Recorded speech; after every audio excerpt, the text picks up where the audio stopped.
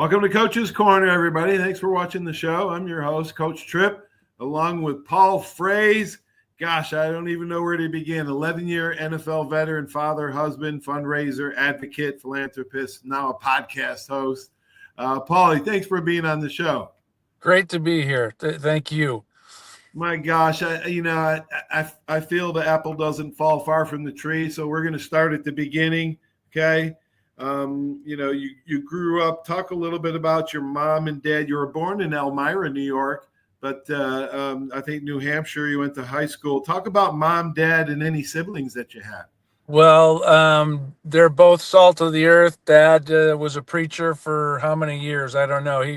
He was at the Congregationalist Church in Horseheads, New York, right outside of Elmira, and when I was 2 years old, I decided to move the whole family to New Hampshire. So anyway, no, dad pastored, probably 28 years at the same church up in New Hampshire. Wow. So yeah, and I had two older brothers and a younger sister, and wow, the good life, right? Growing up in a small town in New Hampshire, and great stuff. Great stuff. Oh my gosh! I had three older brothers, so I have a younger brother theory, Polly. That the youngest one's the best. Yeah, I have a younger brother theory. The youngest one's the best athlete and the scrappiest.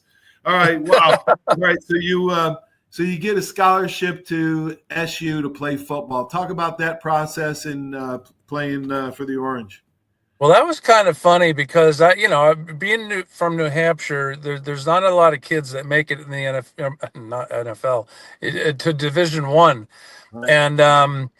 right. And my coach was at our high school for like 37 years, and he never had a pro player, and he thought I might be able to do it, so he put out 100 films, VHS or whatever it was back then, and Joe Paterno, he had actually sent one to Joe Pa, and Paterno sent it back and says, "I'm not interested in number 70, but who's number 32?" And it was our sophomore running back. But man, it worked out well because I was recruited hard by Boston College with Bicknell, and Flutie was I think he was a sophomore or a junior, and it was in the heyday of Boston College. So anyway, I went to the Syracuse Dome, saw 30,800 people watching a basketball game for the Orangemen versus the Redmen, and oh my gosh! And then I I decided to go there because Mac was pretty charismatic. Yep. And said, we were 65th in the nation, but he was like, "Do you want to be a part of something great? You need to come here." And I was like, okay. And then the game of lacrosse was fascinating. I had never seen it over in New Hampshire. They hadn't kind of broken into the high schools yet. And we were like number 1 and 2 and 3, top 4 in the nation. And that was pretty cool. So, Syracuse was a great fit for me. So your high school head coach was your first champion, your first mentor, and helped you get to school. I can say I played against Flutie twice. Paul, yeah, we lost both times at Bama. So that's how good he was. All right. Yeah, he was hard to catch. Let's talk about and then you play 11 years in the NFL. With the Packers. Did you play in the Super Bowl against Elway with the Packers? Thanks for reminding me. That was Elway's first first go around, first win. So it took me 10 years to get to the Super Bowl, and then I lost, and life was over as I knew it for about 5 days, and then I was like, you know what? There's a little bit more to life than football or the Super Bowl. And then it took me about 3 years of people saying, "Oh, well, at least you went there and you got there." And I'm like, okay, whatever. So you saw Kent Johnston. He was my strength coach at Bama in Tampa Bay. Awesome. And I saw you interview him the other day, and Mike Wojcik was mine, and I heard you when you guys, the four-wheel drive was you guys were interviewing Mike. Yeah. and he had mentioned, Kent Johnson. I didn't know when I was at Green Bay. So I was with the Jets for 7 years. Then played for Jacksonville for 2 years, and then Green Bay Right. for 1 year, and Baltimore. That was all smoke and mirrors, and yeah, Kent Johnson. What is it? What a great guy. It was What a great person he is, isn't yeah, he, man? yeah, yeah. He's just such a good friend of mine. All right, let's get into it. Let's talk about the book. I read the book, Game Changer. Here it is, folks, right here. Allison, your son Joshua on the cover. Is that Nibs or Rocky That, or?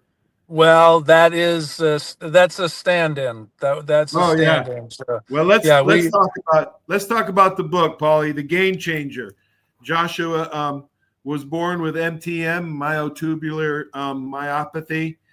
He defied the doctor's odds, finding doctors around the world. You and Allison did to take on this muscular disease. So rare, right. only 50 people in the world had it. And Yeah. the dog colony, more special people and dogs, success in research, trials, medical advances, 20 years to get venture capitalists on board. And last but not least, Allison's dreams in the middle of the night with gifts from God, man, wisdom to say things like you would in the morning. Say what? Right. So much to talk about. Oh my gosh. Let's start out. How did you pick the name Game Changer? Joshua's life there was a lot of instances of poignant. Uh, Nothing was a coincidence in Joshua's journey. There's no coincidences that Joshua was born to a mother who I call she had that New York chutzpah, Yeah. and a father that wouldn't, just tell me how to keep my son alive. And Allison was like, they don't know, so we have to figure it out. And Wow. yeah, so and but so Game Changer, Joshua, the dog Nibs. Yeah. When we finally proved proof of concept in mice, they said, we were like, okay, can we go to humans? And they said, no, we need a large experimental model, and they needed a canine, a dog. And we weren't going to fabricate or manufacture or whatever. We weren't going to create a dog with MTM, but we've actually found some dogs that had the same genetic mutation as these moms. It's an X-linked mutation, so Mhm. mama gives it to her boys. So, but it was so rare. And yes, Joshua was one of 50 or 55 known cases in the world when he was born in 95. The internet was just becoming a thing. Mhm. Now we know it's 1 in 46,000 births, male births. So there's probably about 5 to 8,000 kids out there with MTM. Wow. So Right yeah, now, yeah, right yeah, now. Oh yeah, my gosh. Allison woke up one day and said, let's start a foundation, the Joshua Frase Foundation, right. for congenital myopathy. Research was born. During Joshua's first year, there were no answers, no guidelines, no research, no doctors knew what they wouldn't know what they were talking about. And that all changed with the dog colony. Talk about that amazing dog colony that It you guys was support, and the handlers and all that. Yeah, it was fascinating. So again, we were engaged with proof of concept in mice. We needed a large animal, and we found a dog. You got to read the story. Our listeners, you got to read it because I it's a know it's hard. fast. It's hard to explain so much in so little time. Re- I know, Polly. yeah, really quick. It was we found a dog, and then we lost a dog because our doctors decided to. One was on vacation. Allison, uncharacteristically of her, said, "Okay, we found the dog. Now you guys, you scientists, got to go get the dog and bring it back." The doctor comes back from vacation after 2 weeks, and Allison's like, "Okay, you got the dog yet?" And the owner had spaded the dog, spayed or neutered. It Oh, was a female dog, and Oh yeah. So we lost the only needle in the haystack that we could find worldwide. Well, Allison gets on the phone with the veterinarian up in Canada. Luck would have it that Canada keeps really, really good records of canines, and there was a muscle tissue sample sent from Canada down to the University of San Diego. One of the doctors down there was one of the largest clearinghouses for dog canine tissue for muscle disorders. Calls our doctor, who she had met a year before in a conference, and says, "Hey, Alan, I think we're looking at myotubular myopathy under the microscope." And Wow. all of a sudden, so we get the connection up in up in Canada. Allison calls the veterinarian, says, "Hey," tells her the story. "I need your help. Do you have these dogs? Can you get to the owners?" This veterinarian calls about 5 owners up there that she thinks that there's muscle wasting disease in the dogs. One calls back. Allison gets on the phone with them, and she says, she starts explaining. Within 2 or 3 minutes, the gentleman said, "You need to come get my dog right now. I want to give nibs to you to solve this mystery to help your son." And Wow. interestingly, yeah, Go ahead, he, Paulie. well, interestingly, he said accidents happen on the farm. I've lost a lot of animals. You need to come now. And Allison was on the plane probably a week later. It was December 15th, and she got on the plane December 27th. And she went up to Wow. Saskatoon, to the Saskatchewan province of Yeah. Yeah. Canada, up to Saskatoon, and I've been there. I played yeah, there. yeah, yeah, Wow. exactly. So everything had to almost come in order. And I want to talk about the doctors that were busy in their own research and their own thing. And you guys had this little disease with only 55, no money, no research, nothing. But yet all these doctors took the time. I mean, how unselfish of all these researchers and doctors to jump in with you guys. And then I want you to talk about the galas, how you guys raise money. Yeah, so you're talking about the doctors. My mother-in-law was watching daytime TV, and she sees this doctor Atala in Boston Children's and Harvard Medical Center, and he's growing skin. He's in regenerative medicine, which they call it genetics now. They call genetics regenerative medicine as well right now. Yeah. And my mother-in-law calls his office.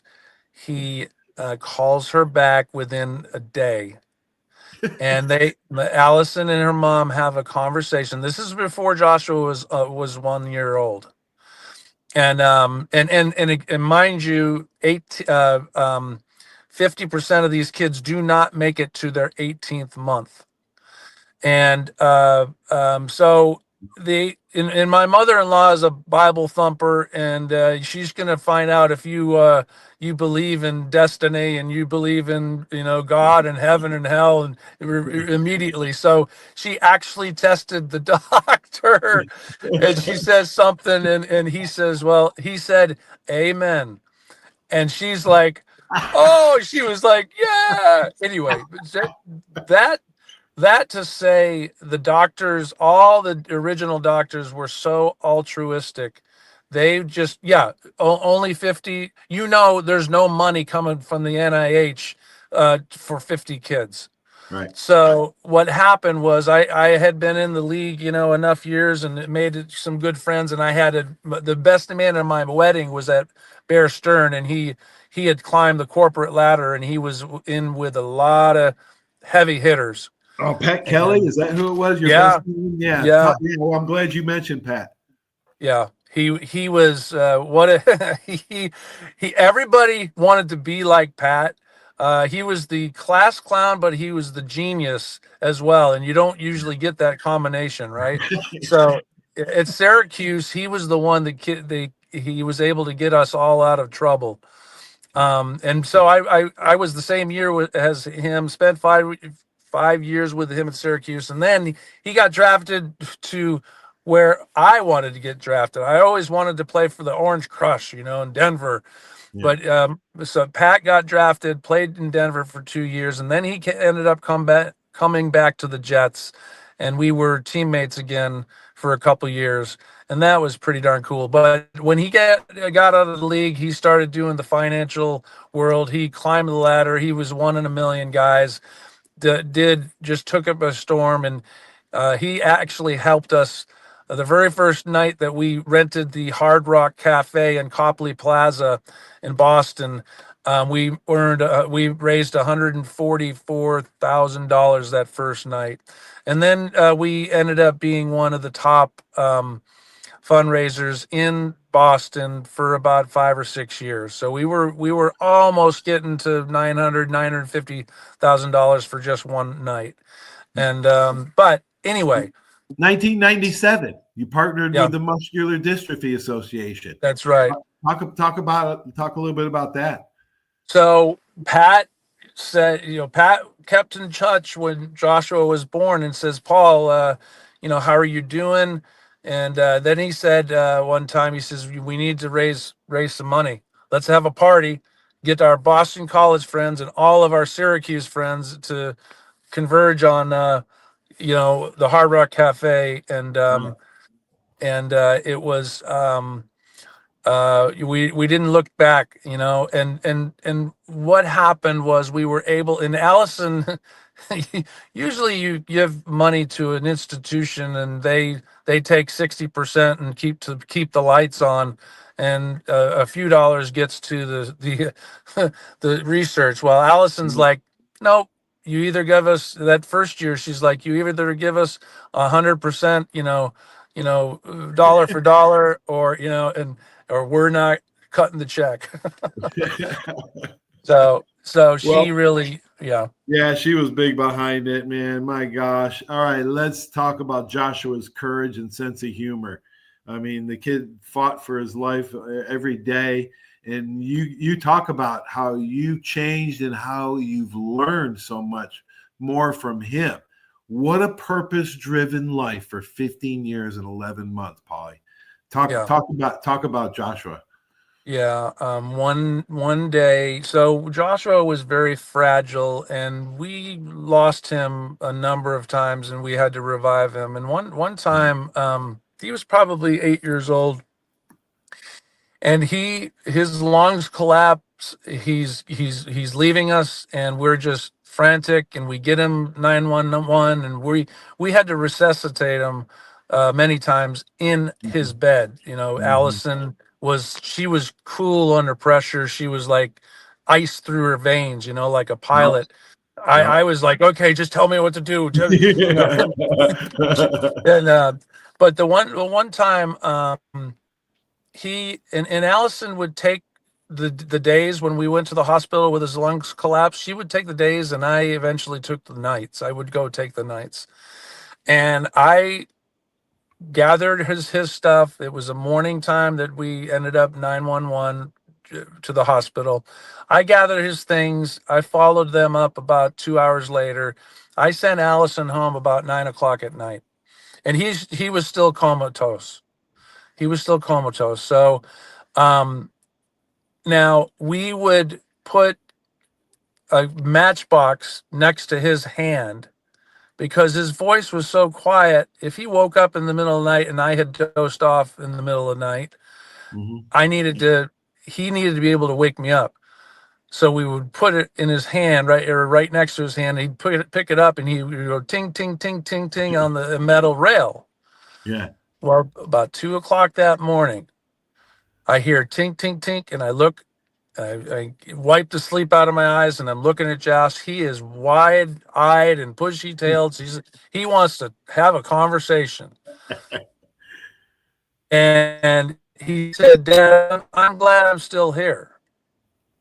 And I said, and this is an 8-year-old, maybe 9-year-old.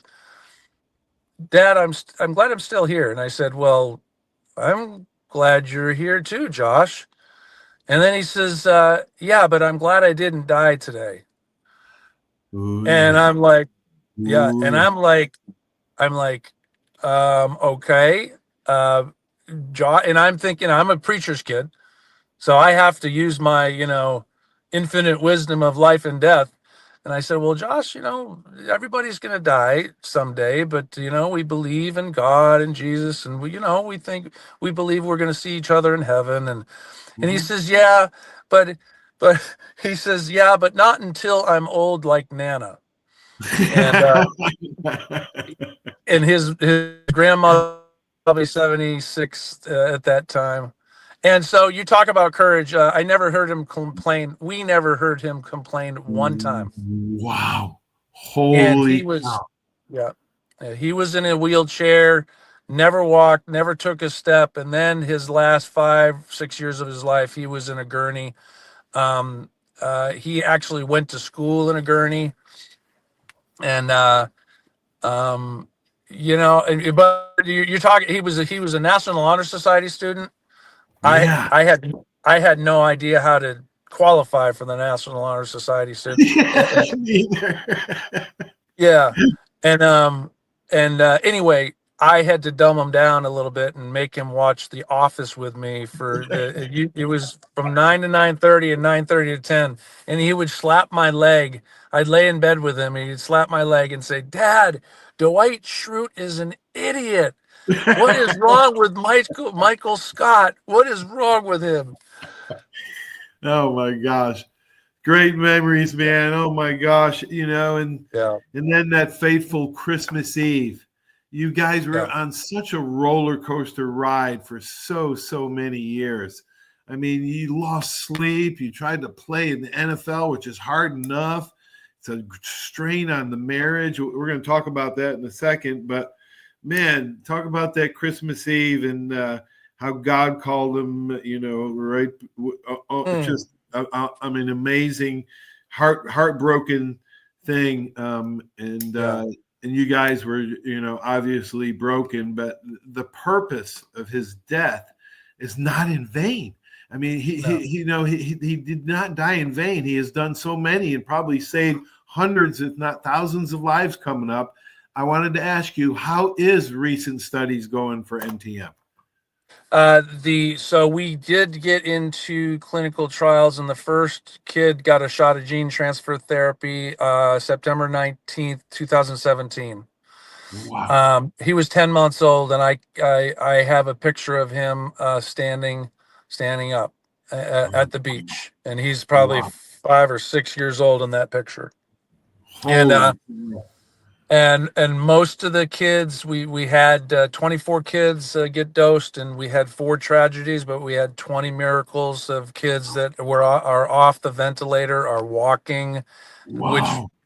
would never have happened. And we knew in the canine trials that we within 21 days, and our scientists didn't tell us this because he thought it was the equipment was broken, but it was like a 300% muscle increase, strength increase over the first like 15 to 21 days. And Holy cow. and he told his technician, do the test again, and they did the test. And and it was working perfectly in the canines. So what happened is we had just some amazing miraculous events take place in some of these kids, and we need to, Yeah, we need to so celebrate it, Paula. You're right. yeah, Now, let's talk about Nibs, the matriarch of that dog colony. Rocky, Pavlov, Turing, gene therapy, and Mandy Lockhart was one of the first, right? Dog colony handlers. Um, that strides that you made, breakthroughs, never a coincidence. But Ellison, some of her oh gosh, I wouldn't call it intuition, but sixth sense that she has, right, especially in the middle of the night. Like you said, I don't believe in coincidences. right, Neither right. do police officers. But Hmm. yeah, talk about Allison and her strength, and then your marriage. Okay, talk about that. Yeah, yeah. She was a pillar. she struggled early on, and she blamed herself early on, because again, it's Right. mama give it to her boys, Right. and and she was like, I what does she say? I succeeded in doing one of the most horrific things in this life. I gave my son the gene that would cause his death, and she really took that to heart. And Hmm. but within and we probably Joshua was about 2.5 years old, and she started turning the corner, realizing the job that she had to do, that we had to do, and she took it on full force. And we have a, I think it was chapter 6, perceptions change in Quebec. And we were walking, literally walking down the little, a little cobblestone artisan. We had a lot of artisans and stuff, a little cobblestone flea market type of thing, and we saw a family coming at us, which was us, a year and a half before. Hmm. And I talk about, we would have, a year and a half before, or before Joshua was born, we would have looked at that family from across the street and said, that must be tough. We feel terrible for them. That's tough. But we would have walked on by.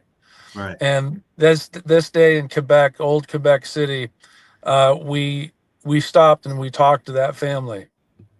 And and we learned it was literally our story. And the mother was ashamed. She was struggling with it.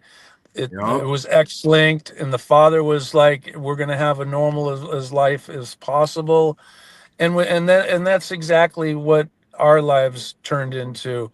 And Hmm. but Allison, I have told Allison many times, Joshua is alive because of you and your mom. Her mom sacrificed about 3 years when Joshua was first born, Yep. and as Allison was the best mother that that boy could ever have.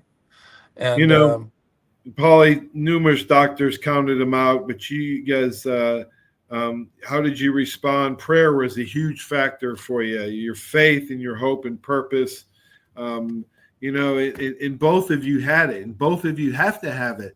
I'm going to read an excerpt from the beginning of chapter 27. Here in America, I have a 50% chance of marriage ending in divorce.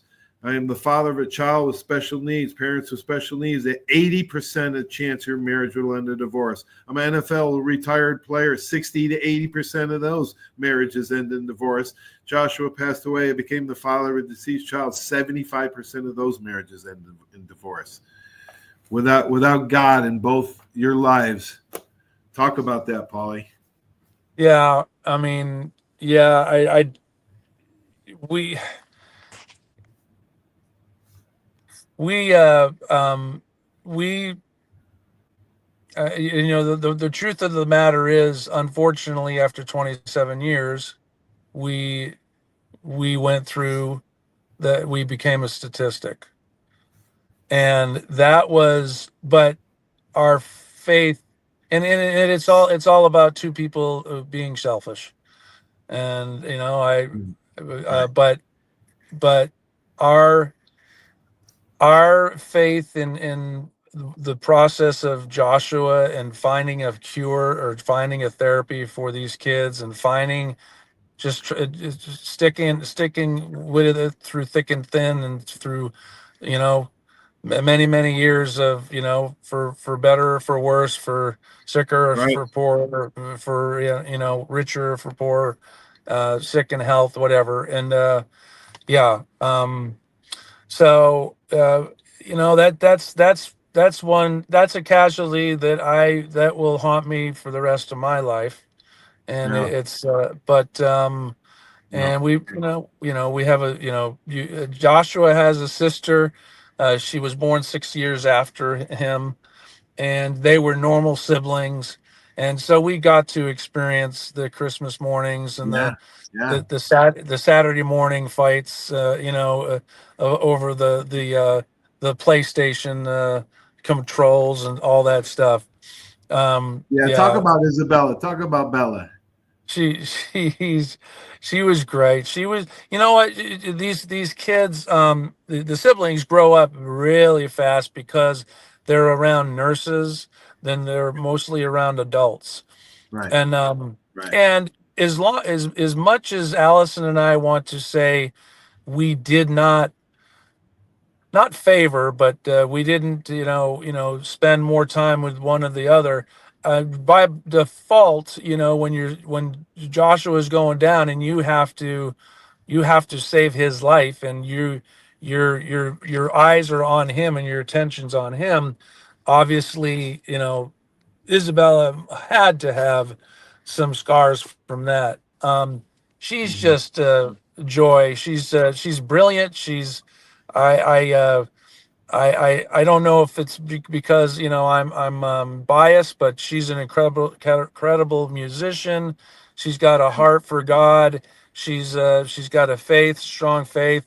Her mother doesn't like the tattoos that she's getting on her arms, and I say, hey, I don't like them either, but I love you, young lady.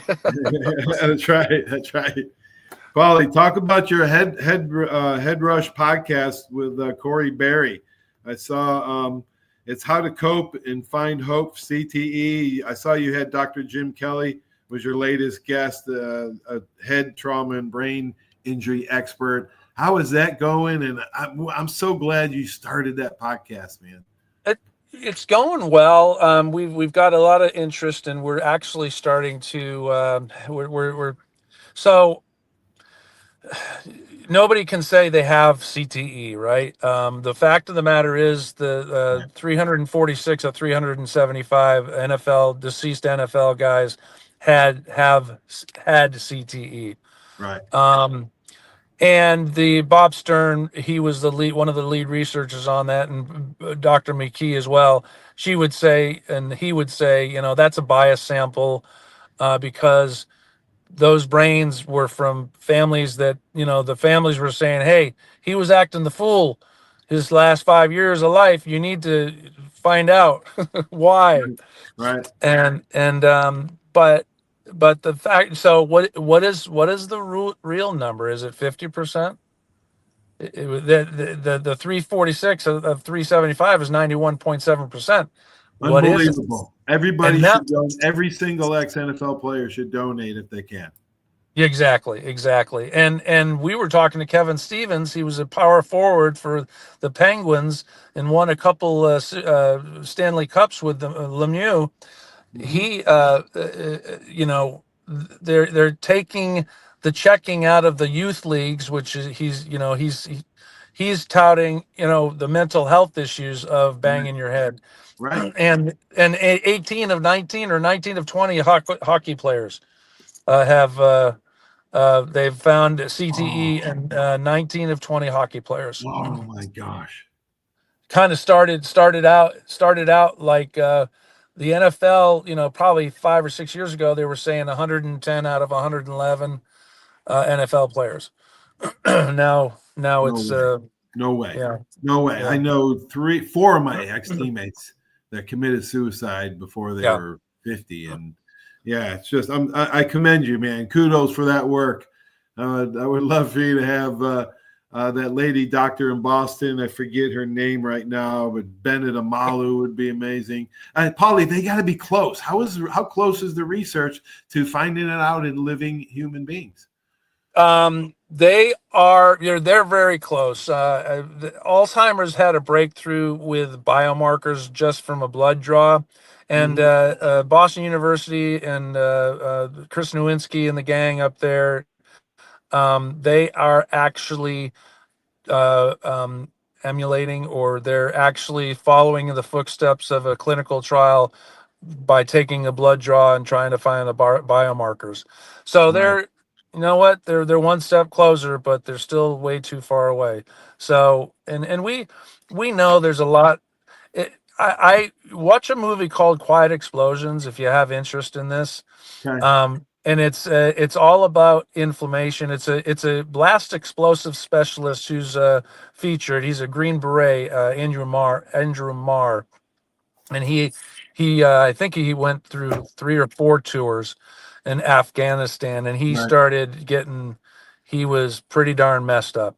Yep. And Yep. anyway, and then he ran into a Dr. Gordon and Dr. Amen, and it's all about inflammation in the brain. It's all Hmm. about the hormones in your body and your brain. The neuroactive hormones, the steroids and the neurosteroids. Neurosteroids are made in your brain from your neck up. Neuroactive steroids are made down in your gut. Hmm.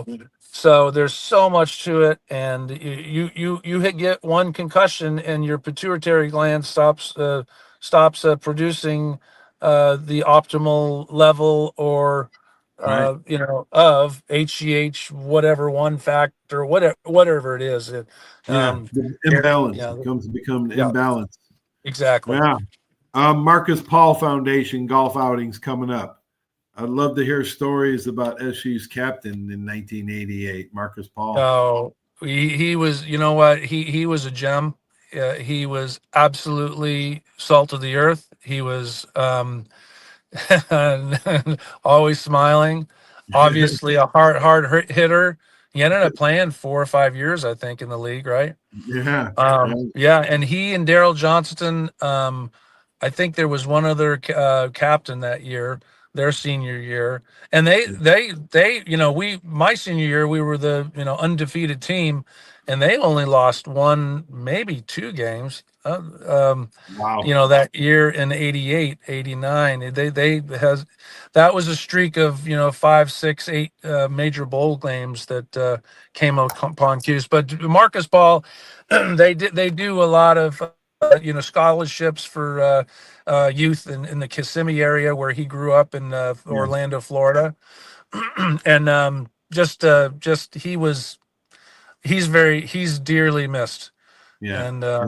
yeah, and Absolutely. Mike Wojcik was like a big brother to him, in the weight room. Yeah. And Right. um Right. so Yeah, it's great to have Coach Wyshik on, man. There it is. There it is. yeah. Game changer. It's a game And changer. Changed your life, and you changed you and Allison and all your family and doctors changed a lot of lives for a lot of people, man. You got to yeah, feel good. Got to feel good yeah, about that. And if it wasn't for Joshua, then that would have never happened. JoshuaFrase.org. Go there, get yourself a copy, and donate to this worthy cause. Venture capitalists finally come in after 22 years. yes. How are they accepting, and how is it continuing on with gene therapy and stem cell Well, and all that? let's just say it's an interesting journey when you go into try to find a small molecule pharmaceutical. And um a lot of things, interestingly, the company is recreated, and they kind of leave the original scientists behind. And we think that the science should stay in the institutions as long as possible. Right. Because when you get rid of when the original scientists are out of the research, um, you lose something, you lose a In lot. translation, yeah, you lose something in Yeah, transition yeah, there. yeah. So interestingly, through we lost 4 kids, and quite frankly, we don't know if we had to lose 4 kids. So Right. Allison is very active, and she's actually talking. She wants to, we want to fix this. Yeah. That's the foundation's goal. Our goal was to, in our son's time, selfishly, we wanted to find a cure. Sure. But Right. if he passed on, we were not going to stop until these kids had an opportunity. That's So awesome, Paulie, man. That's yeah. awesome. I mean, the perseverance that you have is omnipotent. I mean, Mm. nothing can take the place of persistence. Education will not. Intelligence will not. Man, just a beautiful story. JoshuaFrase.org. Paulie, you got to have you on again, and we'll just talk football. And Would love to. And I so appreciate you being you wanted to talk about the book, with yeah, this, and I don't say this you look at that book and there's a gold medal on it, and that Joshua's story, not Paul Frase's story, not Allison's story, Joshua's story has won two nationally voted upon events or medals, oh a wow, gold, yeah, gold and the bronze, and it's a story it's worth your time. It's only $12 on Amazon, right? yeah. and, but What's the but name of it again? I'm sorry. What's the name of it again? The show on It's Amazon? the Are you talking about the Game Changer or no Yeah, Game Changer on. Yeah. Amazon. If you go on to Amazon and you search Amazon Paul Frase Game Changer, it'll pop up, and There it yep, is, there right you there. go. Yeah, Awesome. yeah, Paulie. Thanks so much. We'll do a show again soon. Talk football, great. talk CTE. Kudos to you and Corey Berry for doing that show. Anything Thank that can bring awareness to our teammates who are dying at an alarming rate. And one thing is, there's hope. There are therapies. There are things you can do to make you feel a little bit better. There are things that work. You just have to seek them out. Yeah, So, let's do that. Thanks, Paulie. great. Thank Appreciate you, Paul. man. Thanks for taking the time. Awesome. Good stuff. Thank you. Okay, Paulie, bye. Man, what a book. What a book. The Game Changer. Amazing story of resilience, courage, faith. It's got it all. And so pick you up a copy. I want to thank Paulie for doing that, and everybody for watching the show. If you like it, make sure you share it, okay? Follow the page. And yeah, thanks so much for this. Stay tuned for these great messages. Everybody have a great sports weekend. It's a great time for sports. We'll see you soon, everybody. So long.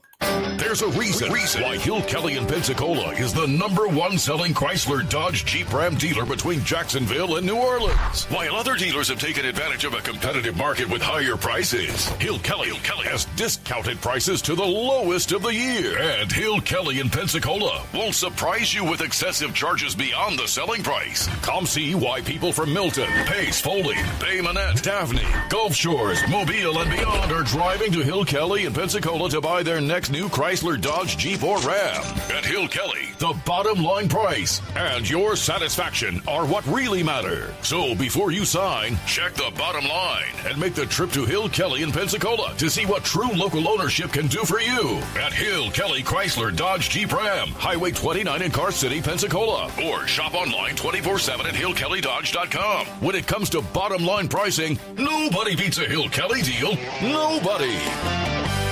Arbitrium Consulting for all your fencing, landscaping, pressure washing, tree trimming needs. Call 850-483-0350 for your free estimates. Serving Pensacola, Gulf Breeze, Navarre, Fort Walton, Destin, Perdido, Gulf Shores, Foley, and the entire Gulf Coast. Arbitrium Consulting is owner-operated, fully licensed and insured. Call today, 850-483-0350, the official landscaper of Coach's Corner.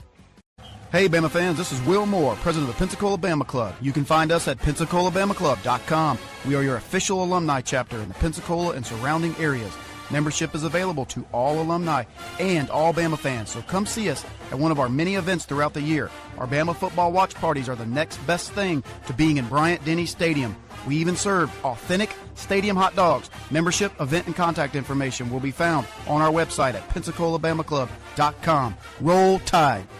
Over 30 years, you have seen the orange Beck signs all over the Gulf Coast listing a property for sale or lease. Beck Partners is your trusted advisor in commercial real estate, property management, commercial and personal insurance. Senior Vice President David Valletto has been with Beck Partners since 1989. Take advantage of his wealth of knowledge by calling him today at 982-7352. 982-7352. Extensive experience in all aspects of leasing, sales, management, and site selection will make sure your expectations are exceeded.